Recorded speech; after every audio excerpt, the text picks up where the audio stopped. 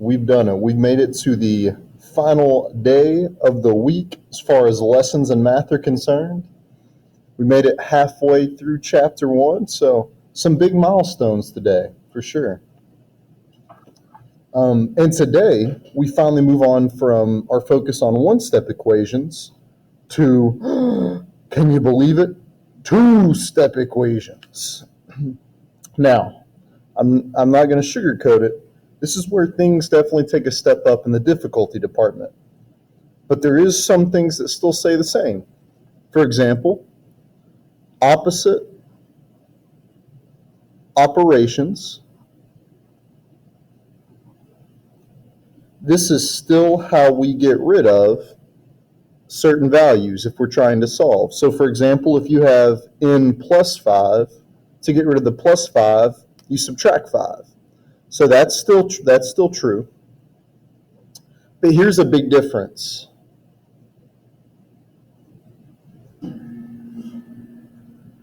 We now have what's called a reverse order of operations.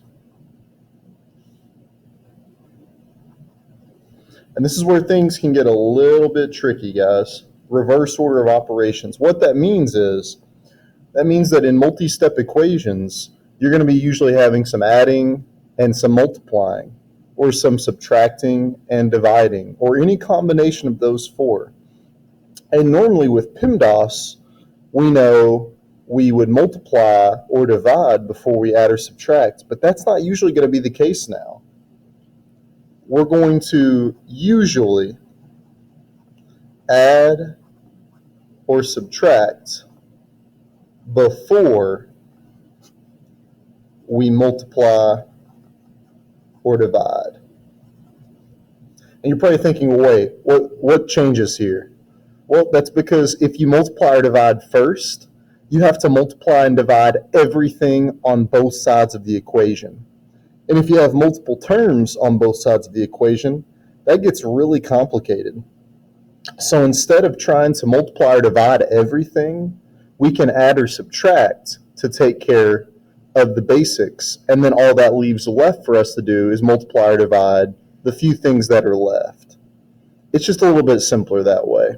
And we'll get to put it in practice and see exactly what I'm talking about. Now, this does change. Usually we add or subtract before we multiply or divide, except if one side is all a fraction.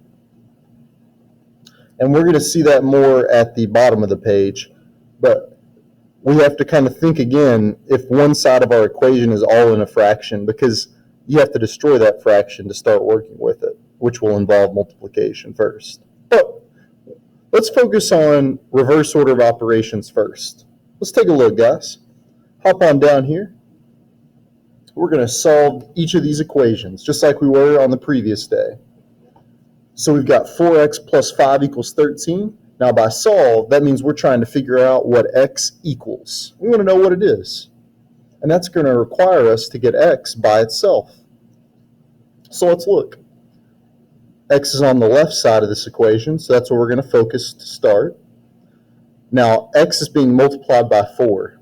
We don't want to divide by 4 yet, because we'd have to divide 5 by 4 and 13 by 4. So let's not do that. Instead, we have plus 5.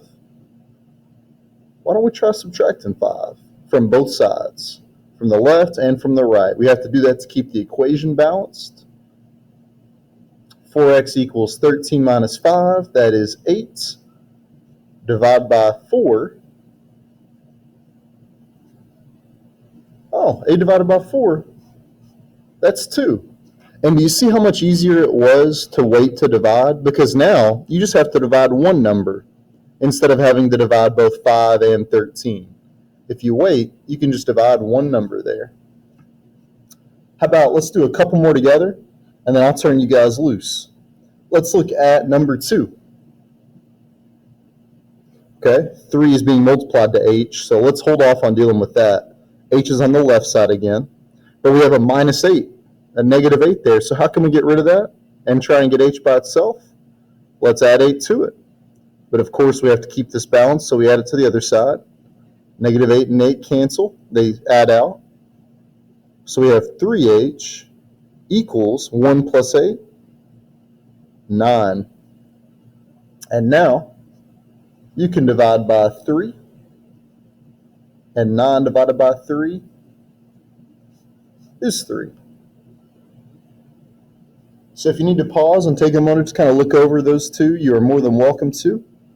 But we're actually about to jump down to number 4. So when you're ready, we can go ahead and do it.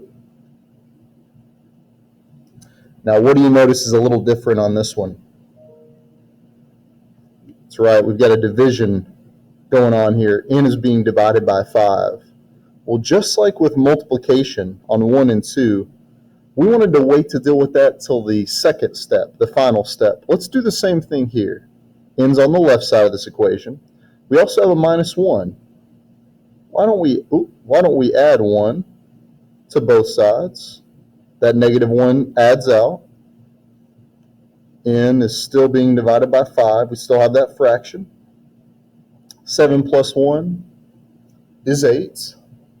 And how are we going to get n by itself if it's being divided by 5? Well, we're going to do the opposite operation, just like we did on one-step problems. So if n's being divided by 5, let's multiply both sides by 5. And remember, if you multiply a fraction by its denominator, it destroys the denominator because that 5 goes to the top, and 5 over 5 divides out. So n is going to equal 8 times 5, looking at 40. So while you're looking over those guys, I'm going to let you try numbers 5 and 6 for me. So you can go ahead and pause the video and give these your best shot.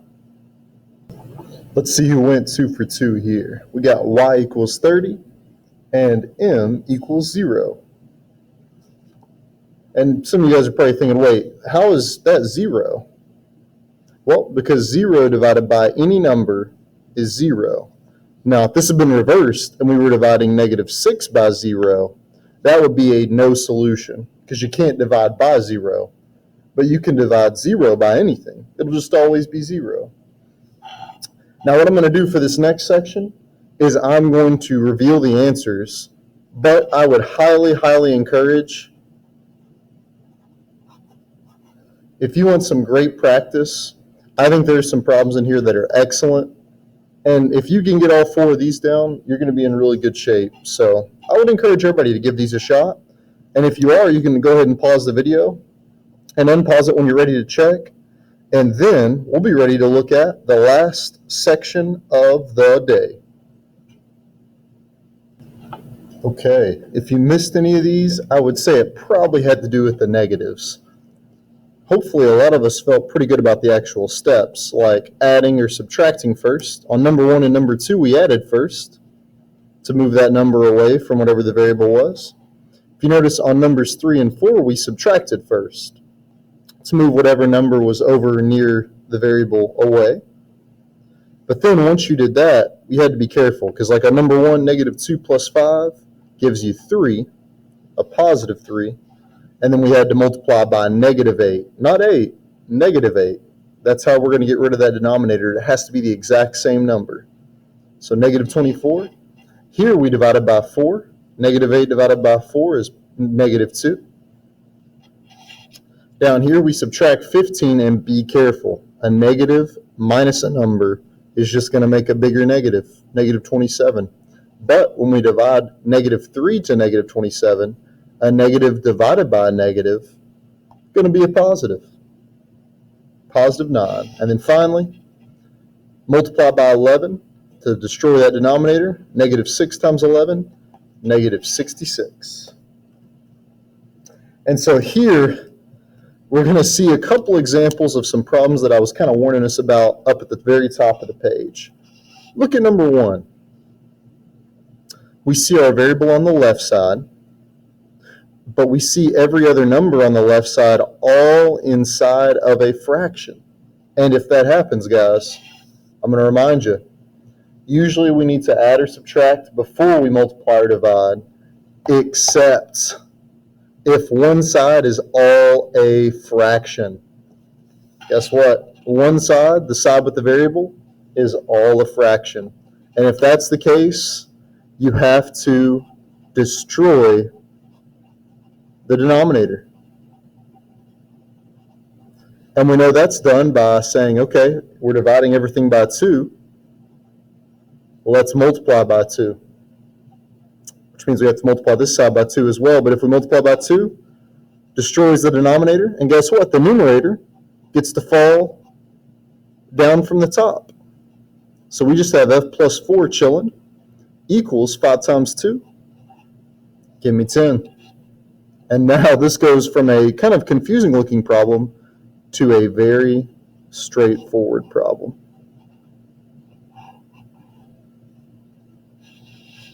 Okay, how about number 2?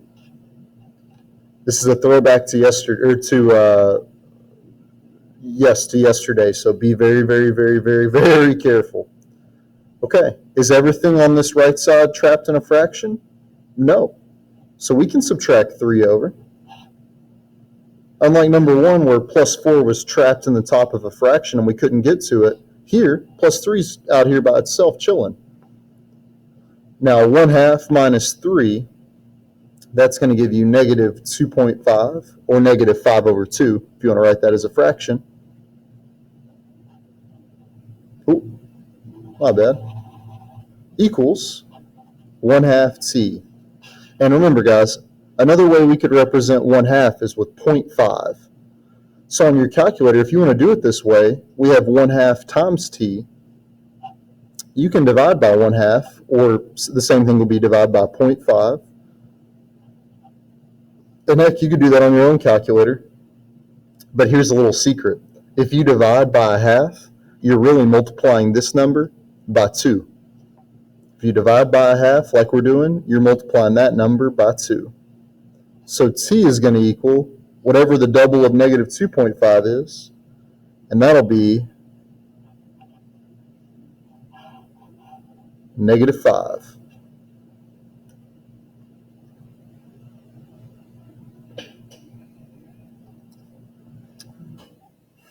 So finally, before I turn you guys loose on some practice problems, I wanted to do one more with you. Let's look at number 3 together. No fractions, so we don't have to worry about that. We have a positive 4.52, so if we're trying to get that away from h, we need to subtract it.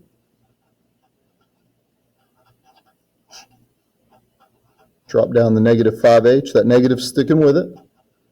And that would give us, I believe, 2.8 minus 4.52 would be negative 1.72. And now, don't get scared here. We're going to divide a bigger number into a smaller number. That's where your calculator comes in handy. This is not one you could really do by hand. We got negative 1.72 divided by negative 5, and that's going to give us, it's not too bad, 0.344. And if you wanted to see what that was as a fraction, math, enter button, enter, or 43 over 125. I like this answer a little bit better myself, just the 0.344 myself, but to each their own. And so, guys, as we wrap up, I'm going to give you the chance to get practice in with 1, 2, and 3. Now, be careful. You see 1 and 2 here? And hey, feel free on number 3, 1/4. You could turn that into 0.25 if you wanted to. I'm going to leave that up to you guys, though. Instead of 1/4 times z, you could do 0.25 times z. But, guys, you can pause the video, and let's finish strong here with 1, 2, and 3. So you can check yourself on number 1. Again, everything's trapped in the fraction, so we multiply to destroy the denominator by multiplying it by itself. So that 3 goes to the top, but 3 over 3 divides out, so that leaves you just the numerator. Negative 15 times 3 is negative 45. You add 6. P equals negative 39. Same thing for number 2. Multiply by the denominator, negative 6. That goes to the top. Negative 6 over negative 6 divides out. That leaves you with just the numerator, which drops down. C plus 5 equals negative 4 times negative 6. A negative times a negative gives us a positive. Subtract 5 over, you get 19. And be careful here, guys. We subtract 9 over because now we don't have everything stuck in a fraction. So you can subtract 9 over. We get negative 10. Negative 1 minus 9 is negative 10. 2 ways to do this. You could either divide by 1/4, or we know that's 0.25 to both sides. Or you could do what I'm about to do. I'm going to multiply by the reciprocal. And remember, we talked about this before. When you multiply by the reciprocal, that means you flip the fraction upside down and multiply it by that. And we would do that over here as well. So 4 over 1 times 1 over 4 multiplies out. Leaves you with z. Again, you could have just divided by 1/4 or 0.25. This is another way. Negative 10, remember, whole number times a fraction. That whole number goes to the top. Negative 10 times 4, negative 40. Then we keep that denominator because there's nothing under here. Or if you wanted to, you could say that's over 1. 1 times 1 would be 1. But here's the thing. What's negative 40 divided by 1? Heck, what's anything divided by 1? Itself. So negative 40 divided by 1 is negative 40. So guys, please make sure you're working on your Delta math. That is due, I believe, by the end of this week, around Labor Day, maybe Sunday. I'll double check and make sure to keep that posted. But also the date that it's due is already on the Delta math assignment, so you can check yourself there. Either way, let's go ahead and get that Delta math knocked out, because that'll be our main homework for this end of this week and for this weekend. And if you have any questions, guys, you can just let me know. Thank you. Be talking to you soon.